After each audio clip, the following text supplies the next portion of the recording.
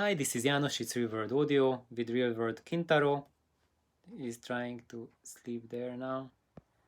Yeah, I'm not letting him sleep very much. So basically, now I'm coming back to the relationship of audiophile sound or not. Because as you have noticed recently, I have been sharing the adventures of Jürgen with his LePetit, the speaker build that he did with Jean Hiraga's loudspeaker design. Um, and he received like a tremendous load of comments, and they were really overwhelmingly positive. And he also received a few, very few, in contrast to the positive comments, just like it was just a few percentage compared to the 95% of positive comments, a few comments which were really negative. So what's going on? I think there's several things going on, and one of them is that many of you expected a truly audiophile sound. But what is the prerequisite of that? So if you want an audiophile sound that you hear, it depends on two things. It depends on the gear. So the gear has to have that audiophile type of sonic signature. And number two, it also has to be recorded in an audiophile way. So what is that? How does it happen? So let me just draw you a room. So let's imagine that this is the room, okay? So that's the shape. And now, to have an audiophile sound, you need to have your speakers set up something like this, away from the wall behind them, away from the walls surrounding them, and you need to sit somewhere here, like put the microphone around there, away from the rear wall. And then also you need to have sound treatment. You need to have some treatment. Here need to have treat the corners. If you don't treat the corners, maybe with plants or a bookcase or some audio device or bass trap or something, then you're going to have like a boominess and echoing and the boxy sound to it. And you have to treat all of the corners. You have to treat also the reflections from the side walls, the reflections from behind the listener, and here as well, what reflects back. And of course, you can use natural treatments or artificial treatments, but the important bit that all of this has to be in place. Also, the floor, if you have like a hardwood floor, you need like a carpet here to avoid reflections from the floor. You also need to pay attention to the ceiling to avoid hard reflections from the ceiling, and everything has to be set up like this. And when it's set up like that, and you hear an audiophile sound, that's expected. Now, when we looked at Jürgen's videos, what he had, let me see that. Maybe yes, right here. I'm pulling it up on the screen. So as you can see, this is his garage, and the way he set up the speakers, you see they are really close to the rear wall. But behind the rear wall, there is like a nook where he has equipment. So we see now that this is not a typical audiophile setup. And also, there is a big table in front of him, and he's recording from behind the table. So you are going to get, how can I hold it? Okay, I need to free up a hand. So what's happening here is that you are going to get a lot of hard reflections from the table. So when you hear like issues with the bass, with the mid bass, and colorations with the mid range, this setup that he has the table and the large reflecting surface, that's going to be the main cause of that. So when you are analyzing a sound sample, how does it sound? Does it sound audiophile or not? First of all, we have to look at, was it recorded in an audiophile way or not? And here it clearly was not. And it doesn't mean that it's a bad recording, it means that it will not sound at all like an audiophile recording, because you are going to have a lot of things happening that do not happen for an audiophile recording. And that's why we had a really roller coaster ride for the uh, tonal balance, for the, let's see. So this is what Full Ranger commented on it, that I hate to write this, but after listening to all 4 samples, the sound is far from a refined, close to the reality of the recording high-end sound. And it cannot be, because when it's set up like that, recorded like that, you are going to hear a lot of how it was set up. And while this is not what we would like to hear for a perfectly to I would say to gauge what the speakers can do, but we can use it to gauge what the speakers can do in an ordinary home. So when you do not have the means or the knowledge, or just we don't have the space to set them up in this perfect acoustics way, that's when you are getting this roller coaster type of EQ. And most listeners are not disturbed by that at all. And however, some are. And those of you who are disturbed, this is why I'm making the video, to let you guys know that what you hear is happening mainly because of the listening setup, of the miking setup. And that's why a couple of videos ago I mentioned, I think for the seventh time now, that how something is recorded is 80% of what you are hearing, and whether you will judge it as good sound or bad sound. Miking, recording, equipment placement makes up for almost everything in the recording. And as Full Ranger said, very colored and distorted, has some good moments, but does not excel in any audiophile area. So the main comment here is that the sound you're hearing is not ticking the audiophile boxes, but it's not ticking them because it can not, because it's not set up like this. It can only tick the audiophile boxes when we are running it on an audiophile race course, and that was not the case. And if a loudspeaker ticks audiophile boxes like that, then I say to you, run away very, very fast. Because if it sounds like an audiophile setup in a messy acoustic situation, then when you set it up in a perfect situation, now it will sound like crap. Now it will sound distorted and you will find a mess there. So in Jürgen's setup, it is supposed to sound as colored as it sounds. And of course, there are some audiophiles, some of us who are greatly, vastly disturbed by that, and I can understand that, especially if you want to compare it to this situation. But for you, I'm saying that this is it. The room. What you have problem here is with the room. And Jürgen has done a great job with it. But I also need to add that on these videos, the positives of the LePetit are not really coming through. And what are those positives? The number one positive, imaging. If you are listening to this YouTube video, well, first of all, the recording plus YouTube conversion, and then your system trying to interface with it, all of these are massive drops compared to what was originally happening that Jürgen heard. And if, especially if you are listening it to a speaker that is like a multi-way speaker, they cannot reproduce that sort of image that a tiny single driver can.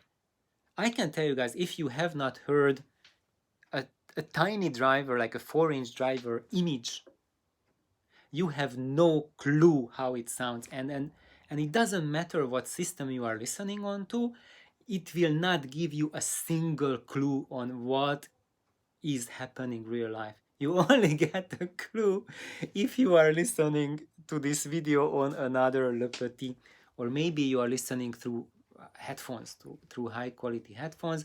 They can give you that feedback much better. But to me, I have some good pairs of headphones, but it's not really giving me back nearly close to what I'm hearing when I hear single driver speakers with these small Fostex drivers that I have not heard being reproduced by any system at all. So that they have that unique magic with that. And I think that's it. That's what I wanted to share, and that's why I have not answered Full Ranger's comment on this video, because I wanted to give a more in-depth, more thorough response than just typing a few sentences. And so I hope it was really hopeful, and I'm really excited that there are comments. I'm receiving comments, and Jürgen is also receiving comments. By the way, he also started a channel. Actually, he started 2 channels, one in English and one in German.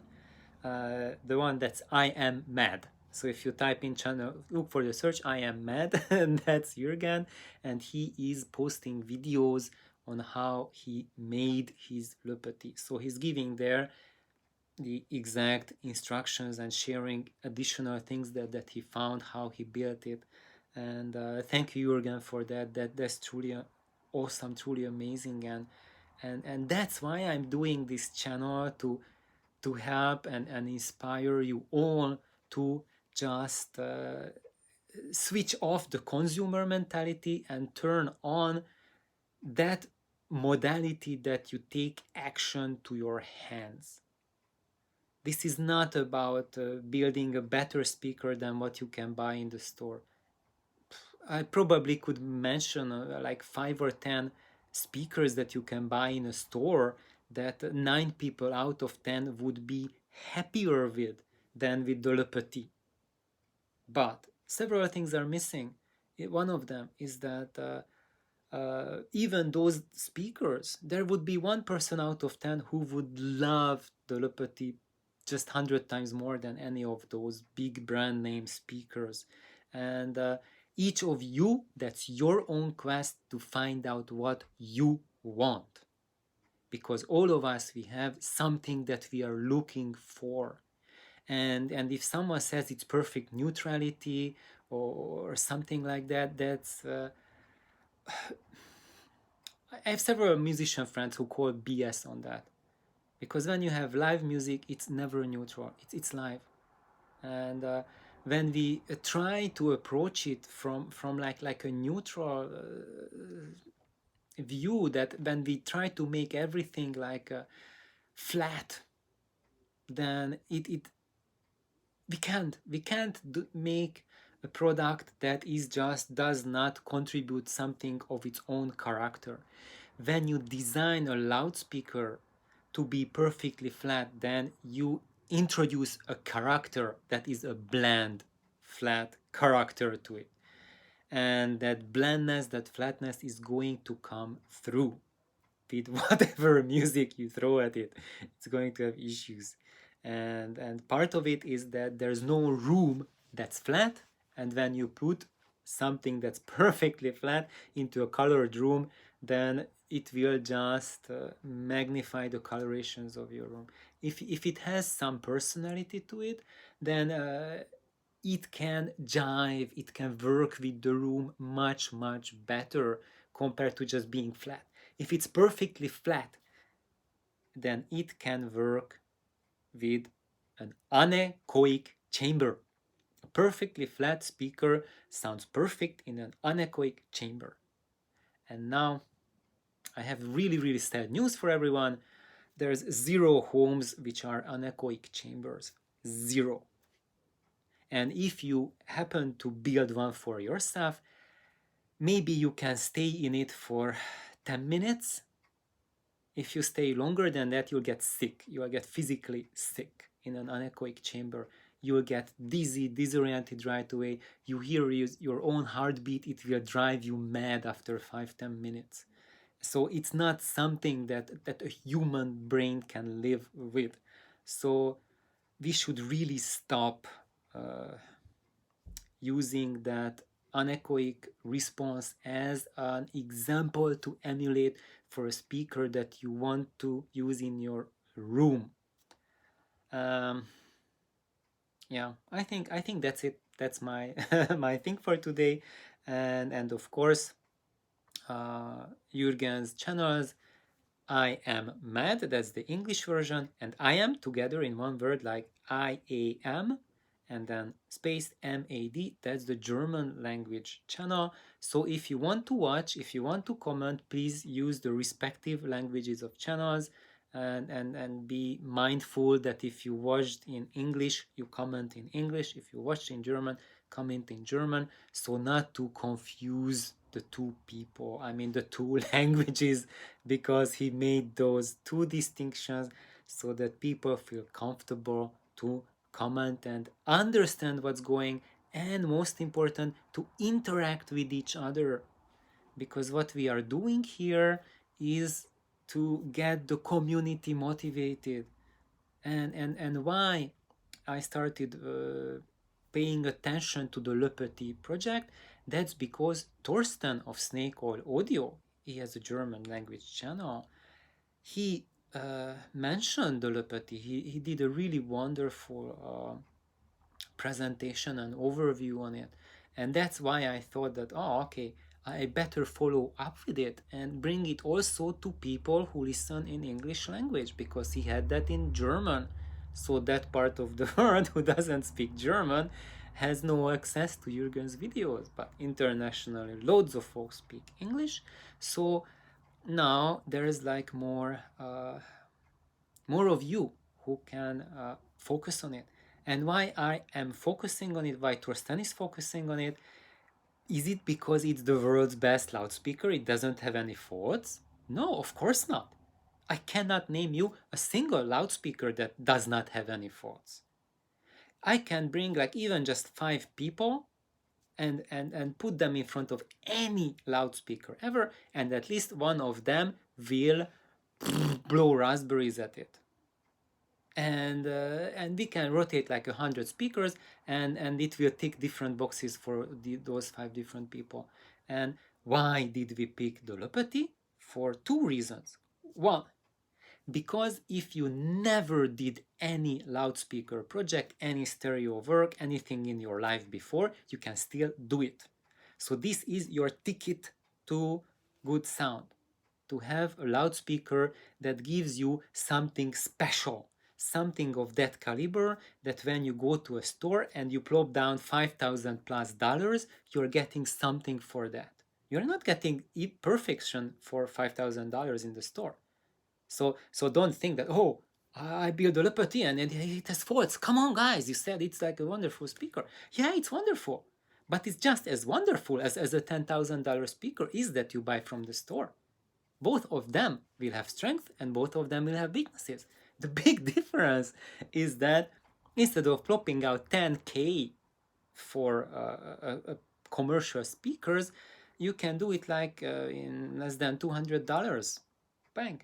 You have speakers that plays in the big guys league, like that kind of sound, that sort of refinement that you can hit up with like $5,000-$10,000 amplifiers. You can put it to like a really high-end system that you plan at the end of your audio road, and it will play game with that system.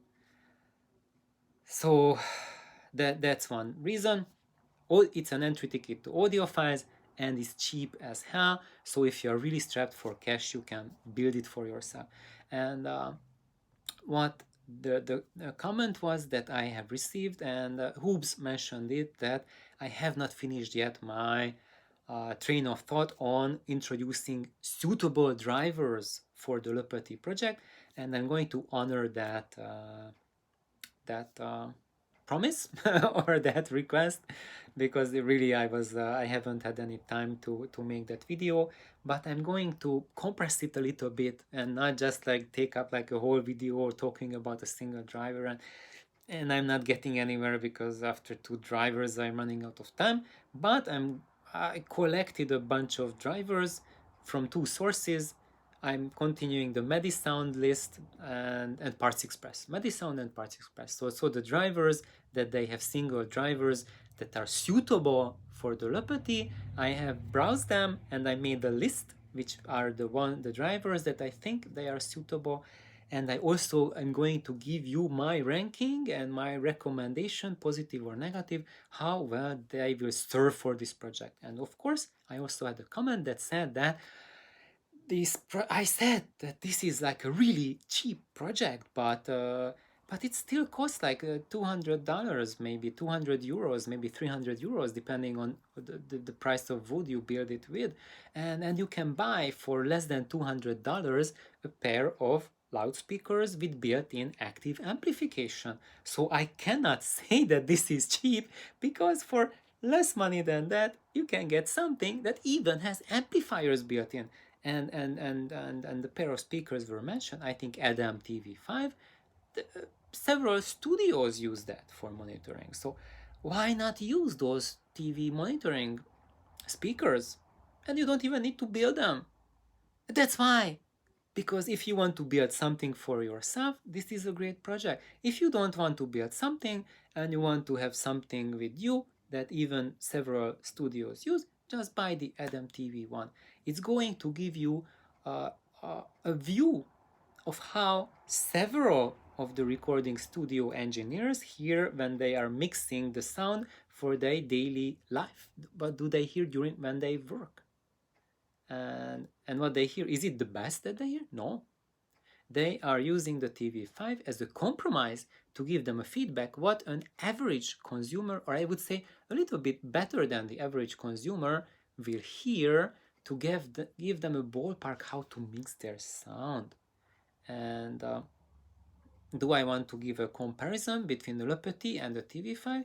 Perhaps yes, but now it's 20 plus minutes, so now let's call it a night. Bye bye. Please like, subscribe, and let's continue with the driver lineup. Bye bye.